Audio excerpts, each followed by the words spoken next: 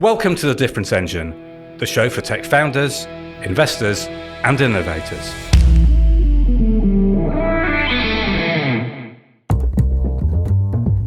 This is an episode we've been waiting to record for quite some time. We've got an extraordinary European entrepreneur, founder of 3 companies, Mr. Roman Stanek. He's the CEO of GoodData. Although born in Prague, he's now resident in Marin County in California with 3 successful companies built under his belt. And he's a man that has an incredibly good grip on what is happening in the world of AI and what it means for your company. Absolutely. Listen up to learn how to scale a business in today's crazy AI environment, how to keep people focused, and the truth about 996 and what it takes to succeed in software today. Hey, Roman, we've been waiting to do this for a long time. Welcome to The Difference Engine. How are you? Good. Good morning. Good morning from California. An afternoon over here in London. We thought we'd get you on because there aren't that many people we know who are European, an engineer, and have started and successfully grown 3 companies. And as you said, you've washed up in Northern California, not Silicon Valley. Can you take us through a little bit of that journey, please? Absolutely. I actually started my first company in Prague and completely built it in Prague in the late 90s, in the first internet bubble, and it was absolutely crazy. It is actually, that's probably the closest to the AI bubble today. And I was able to build it on almost no funding in Prague. Yeah, so good cost of engineers. Yeah, and it was kind of different. Everything was kind of super cheap, and we raised very little money, sold the company to Sun Microsystems. The company was Java development tools called NetBeans. I still meet people today who tell me that they actually grew up on NetBeans and they use NetBeans.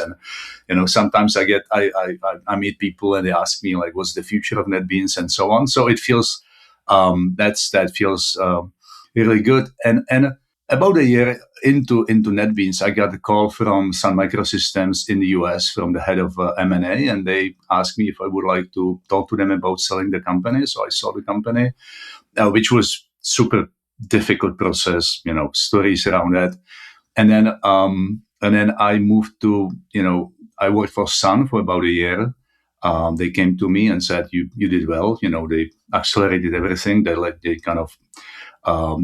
knew I wanted to start another company, and I started another company in 2001 and moved to Boston for that one, and sold that one in 2006. And people may forget, but Sun was an absolute leviathan in terms of like software engineering. It was the place to be, right? Sun was it was the dot in .com. If you remember that, so it was, they were actually discussing in 2000, getting rid of their sales force because there was so much demand for their servers. They actually wanted to auction servers on eBay, which lasted about 6 months, and then everything crashed and they sold the company to Oracle for peanuts and so on. But it's actually very interesting. There are two things interesting. Sun is like OpenAI and Anthropic today. Exactly. Everything what they did was unbelievable. They scaled. They didn't need to sell. Everyone came to them. They were like in the middle of everything. And the second thing is that the culture of Sun, if you look at it, Eric Schmidt, who is the CTO of Sun, became the CEO of Google. So the culture of Sun essentially became the culture of Google. So that culture still kind of lives on. But yeah, it was absolutely crazy. And so going back to kind of, my story. So first company was in Prague. The second company I started and sold in Boston, which was suboptimal. And the difference between East Coast and West Coast in US, like people still, I think that everyone would like to see like a Silicon Valley in Boston, and it's not there. And so it was kind of impractical. I was, everything what I wanted to do was in Silicon Valley. So I had to get on plane from Boston. So when we sold the company, I actually moved here and I started the third one, straight here. And I don't live far. You position it like Silicon Valley is not Northern California. I'm like 50 miles away from Silicon Valley, and I actually believe that in today's world, San Francisco is kind of the epicenter of Silicon Valley, as much as San Jose. Good. Well, as soon as they clean that city up, I'll be right back there. But 3 companies and have moved successively west. We'll come back to that because we want to talk about the differences between European and American entrepreneurs in a bit. So Czech or Czechia, I do get confused, Slovakia. I think I've got them in the World Cup ballot, so hopefully good luck there. But this country, I don't think enough people know about it. Could you give us a sense of what it's like growing up there and the engineering ethos, etc.? It is a very industrial, like a engineering first culture, mathematics, engineering first culture. I would say to the point where the sales and marketing somehow kind of atrophied. So we have good engineers in Prague and Czechia, Czech Republic, but not enough salespeople and marketing people and product managers. We are building that and training that kind of that muscle. That muscle was not there historically, and it's interesting because I had a chance to meet with Roberta Metsola, the president of European Parliament, the other day. And she asked, the audience, what they could actually do better. And I said, look, the Czechs are producing cars. They are really good at it. Skoda makes more money than Porsche. The politicians shouldn't try to build Silicon Valley in Europe. That's impossible. Again, no one can build Silicon Valley in Boston. They should just stop kind of being the problem. And I told her that, the European Parliament should do only 3 things, deregulate, deregulate, and deregulate, because that's problem for GoodData AI as it is for Skoda, regulation. Christina Cafrero was on this pod recently, and I think she would violently agree with you. And you're right about, we Jono and I are petrol heads. We love Tatra, a name from the past. As you mentioned, Skoda. What about the software side of things? I mean, there are a couple of players, and you obviously employ a lot of people in Prague, right? It's kind of it's a little bit of puzzle because if you look at let's say Poland, they have 11 labs, they have real big visible AI success and so on. The same in France and in Germany. The Czech culture is much more like an engineering culture. So I think that we have plenty of engineers, but not they have not that many kind of large internet or AI big success stories. So they are not that visible, or we are not that visible.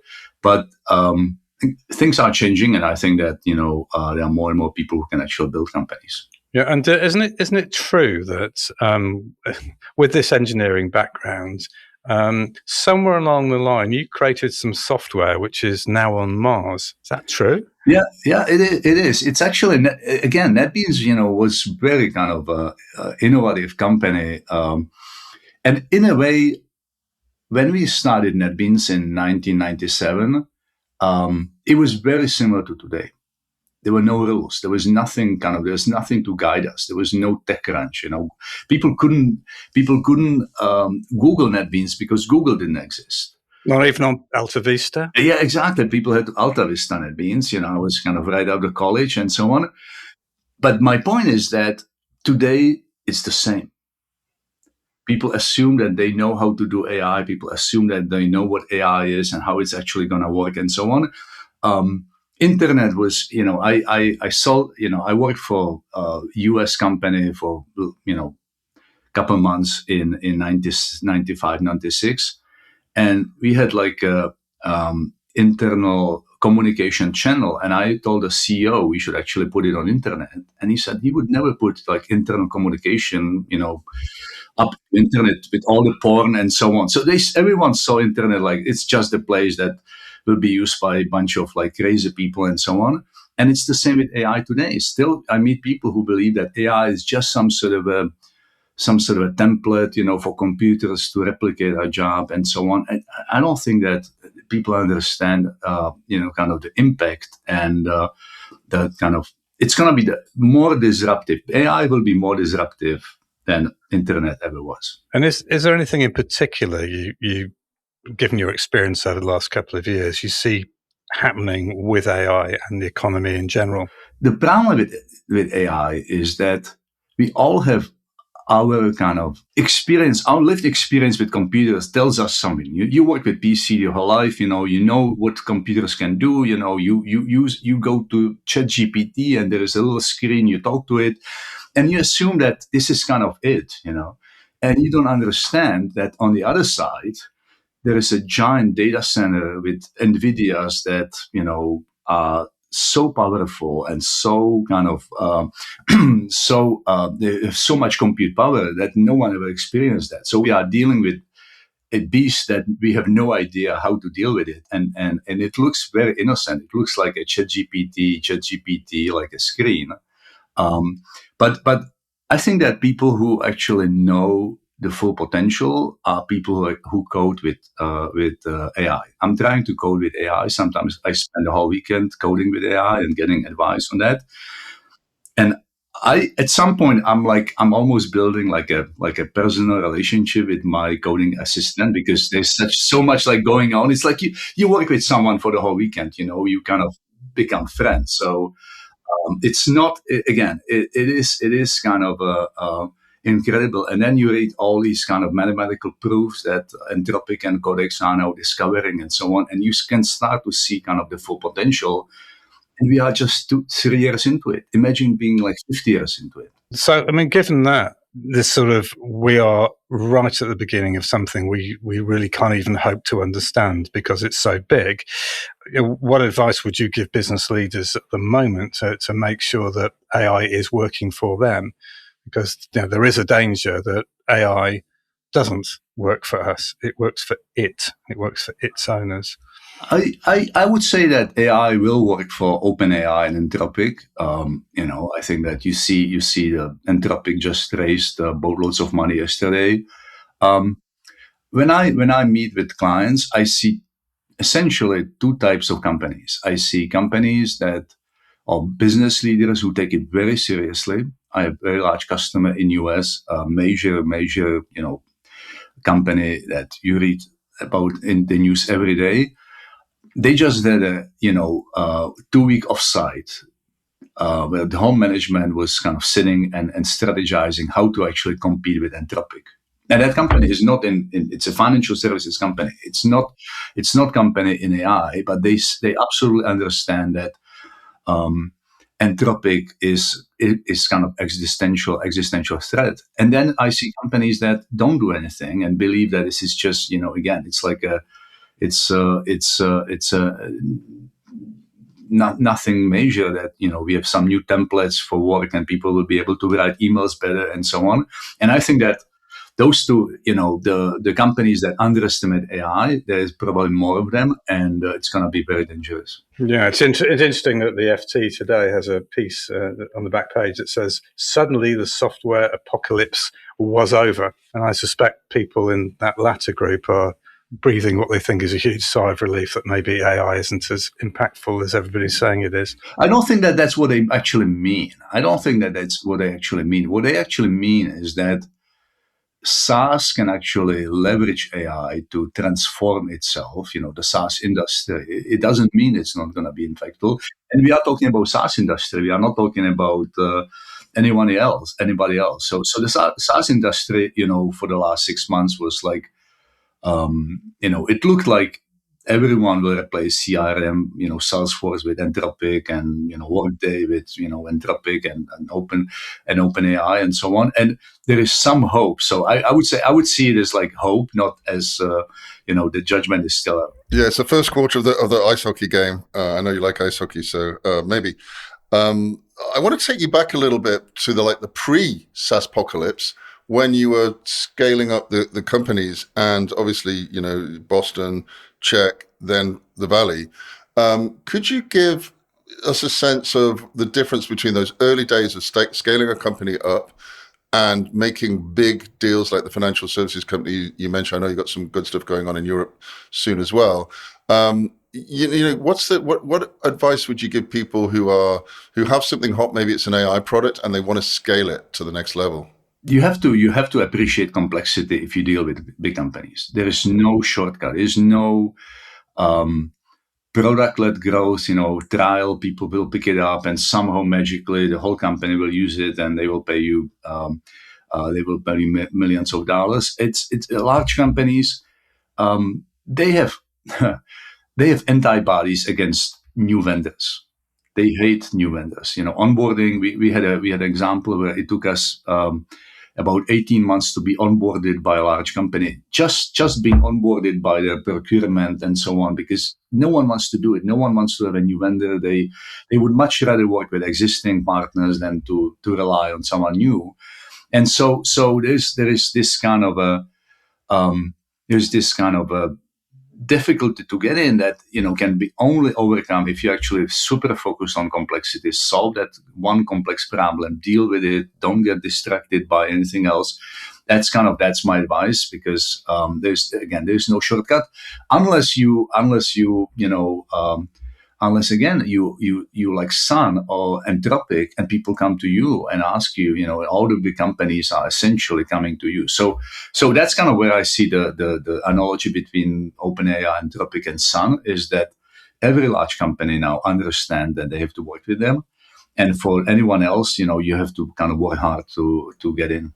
Yeah, we're calling it we're coming up with a term called the vibe chasm to describe the problem that you won't be able to leap it now that those guys have taken all the low-hanging fruit.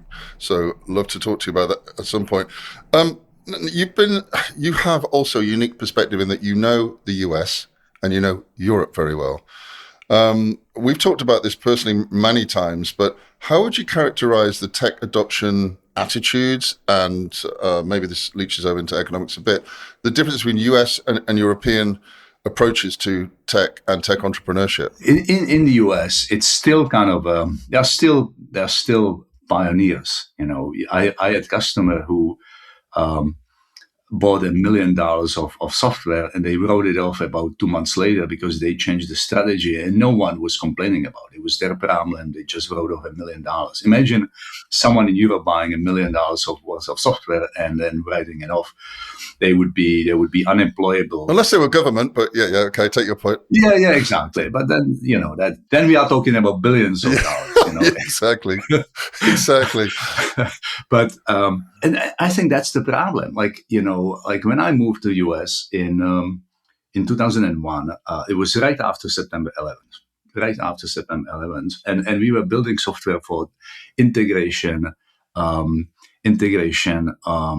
systems, which was a big problem of 9/11. And like 6 months into it, a Czech company, I just moved there. I had like some cheap visa and so on, and then a fax machine started printing orders from Department of Defense. They wanted to buy our software to integrate the systems, and we actually built half of the company on that. You cannot imagine that happening in Europe. That would never happen, And then that's one example. And the second example is that when we actually meet with clients, and we have advisory boards, like large companies, they come, they share their ideas, they kind of want to talk about it, they want to show everything else. If I do the same in Europe, everyone will have me sign NDAs, and they will be like, you cannot talk about me, you cannot mention my name, I'm not going to tell anyone what we do. So it's much more secretive, it's much more kind of closed. And again, failure is difficult. So the European trials take 18 months because people want to check every single box, and they never do. But that's a different problem because the technology is changing so quickly. So yeah, it's a fundamentally different environment, and now with kind of the speed of AI, this is becoming almost impossible, for European companies to actually compete and understand. Yeah, right. I was watching there was a debate on television last night, and they had some supposed experts, one CEO who knew what he was talking about, another guy directly contradicting him. And the guy from the government was just nodding at everything, even when they said, what we should not do is let a certain company in, and that certain company, who you can guess who it is all over government. So the guy was nodding like we should stop them, but he doesn't know what's in, what's out. But that's, because very few politicians have any background in business, let alone technology. So ill-equipped to make decisions. Not only that, but they also want to kind of regulate it. So they want to be behind the steering wheel, huh?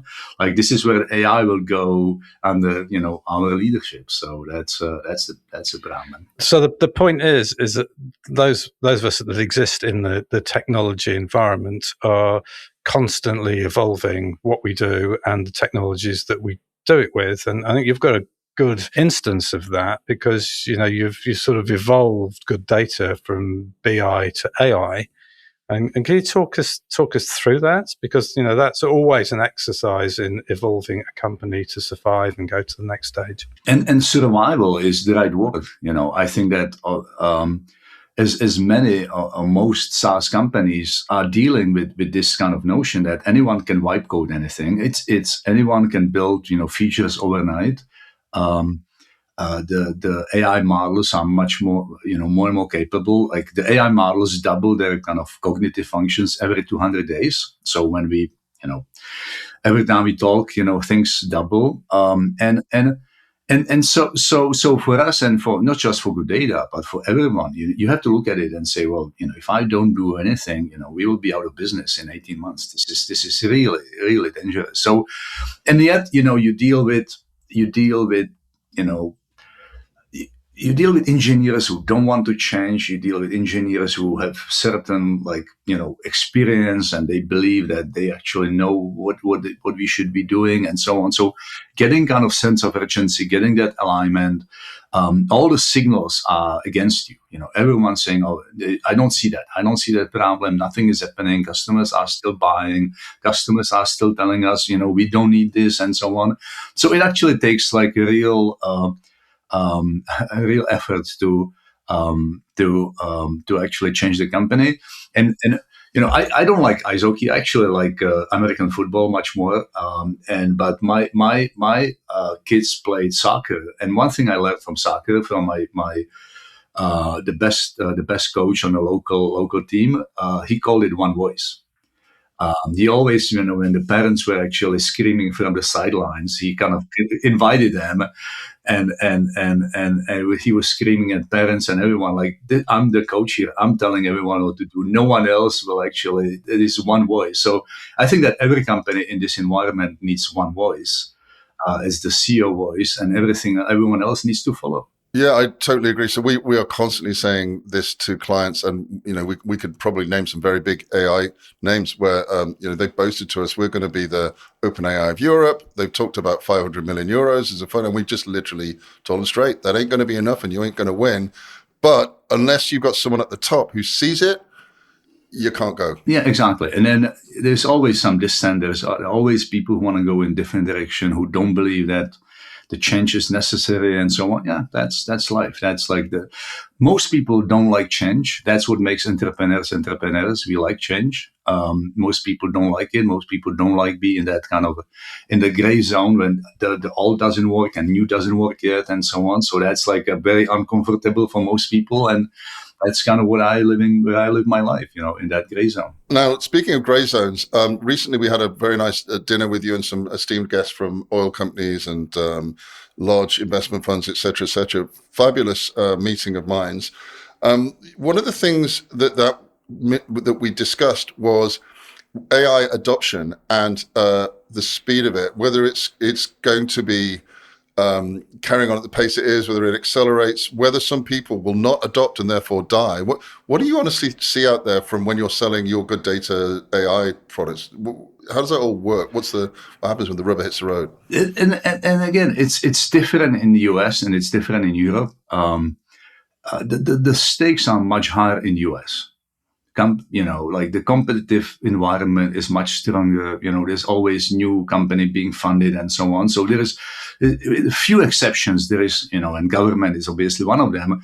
But with few exceptions, there's a real sense of again, existential threat.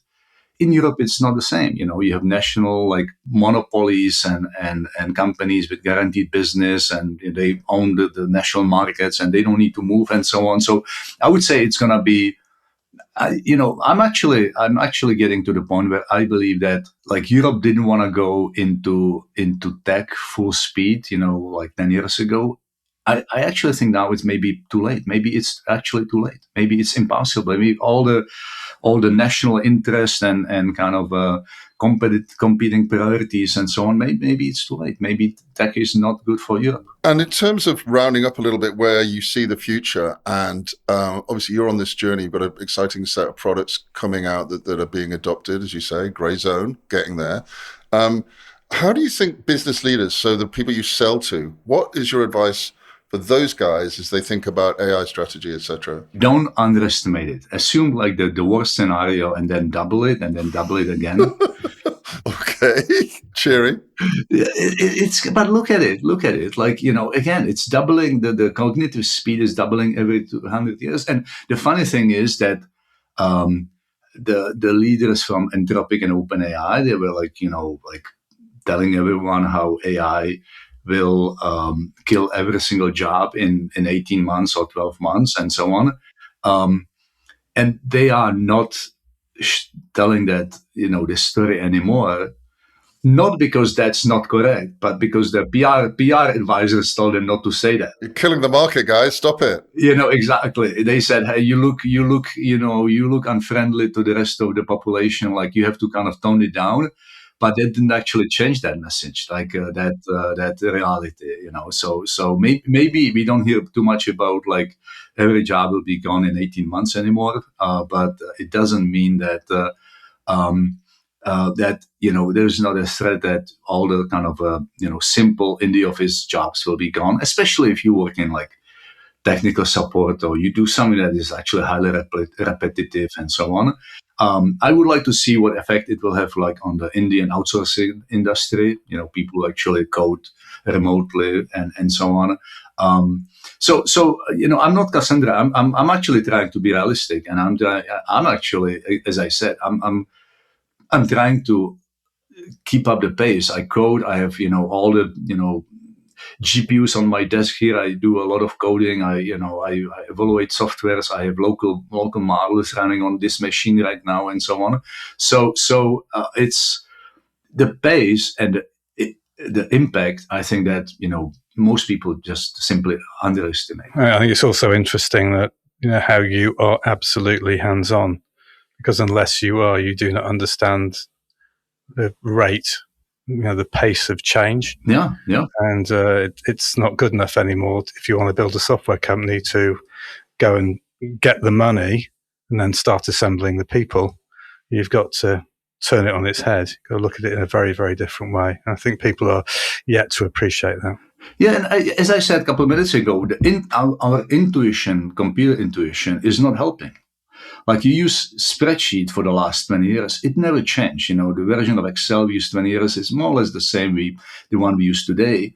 AI is different. AI doubles. It essentially makes cognitive kind of functions much cheaper. So it is a different animal, and we have to take it very seriously. Some people are tech optimists. Some people are tech AI doomers.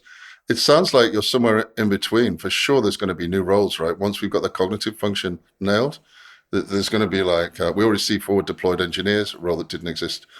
I would call it support back in the day, but there's going to be like lots of opportunities, right? Yeah, absolutely. And I think that, Mark Andreessen talks about the fact that you will be able to buy a TV, wall-to-wall TV for $100 and your college will cost $1 million because it will be done by people. So if it's done by people. So I think it will actually make, again, anything physical that can be produced will be super cheap.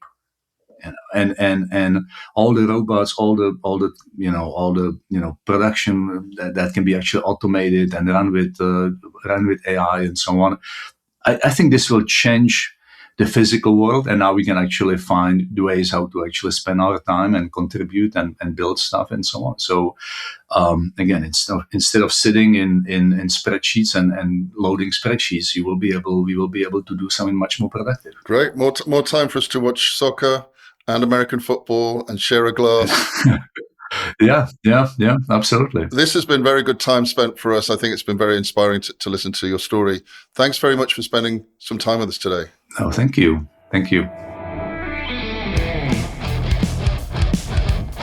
Thank you for listening. If you want to learn more about category design, head to becategorical.com. If you need help designing and dominating your category, then get in touch. Contact details are in the show notes.